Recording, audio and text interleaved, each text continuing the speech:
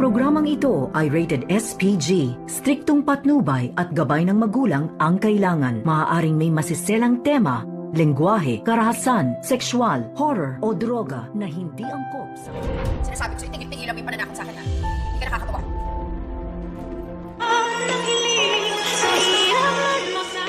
Narito na nga ang ating abangan mamaya sa abot kamay na pangarap.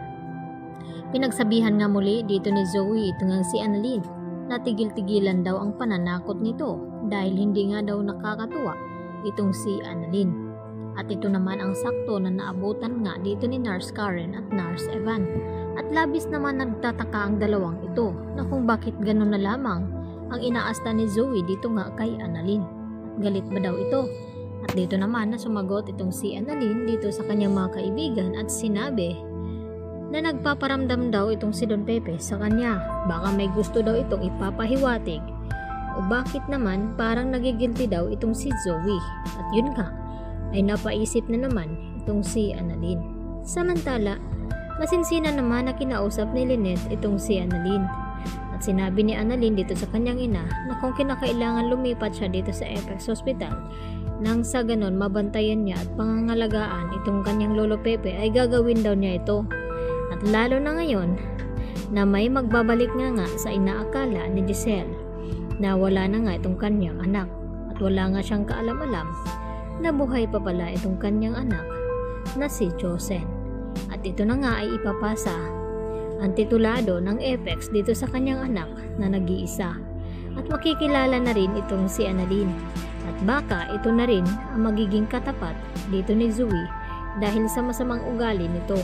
Dahil palaban nga din itong si Giselle at mas lalo namang palaban din ang kanyang anak. Kaya yan naman ang ating pagkaabangan. Samantala, hindi na nga nagpatumpik-tumpik pa itong si Moira nang makakarinig siya na pinagdudahan daw ni Giselle itong si Carlos na may kinalaman sa nangyari nga dito kay Don Pepe na nag-cardiac arrest. At dito naman na kinumporma ni Moira kay Carlos kung totoo nga ba ito. At tinanong naman ni Moira itong si Carlos na kung may kinalaman nga ba siya sa nangyari nga kay Don Pepe. At mayroon nga silang mas malaking problema ngayon dahil lumabas na nga itong fingerprint results dito ni Zoe. At laking gulat nga ng mga ito dahil nakumpirma nila na nagmatch nga itong fingerprint dito ni Zoe dito sa mga medical supplies na nakuha ng mga pulis. At dito naman na humihingi ngayon ng tulong itong si Moira kay Carlos na kung ano daw dapat nilang gawin. Ayaw daw niya na baka makulong daw itong si Zoe at kinakailangan na magawan agad daw nila ito ng paraan sa madaling panahon bago makakarating dito kina Giselle at RJ itong resulta ng fingerprint dito ni Zoe. Kaya kinakailangan daw na maunahan nila itong mga pulis.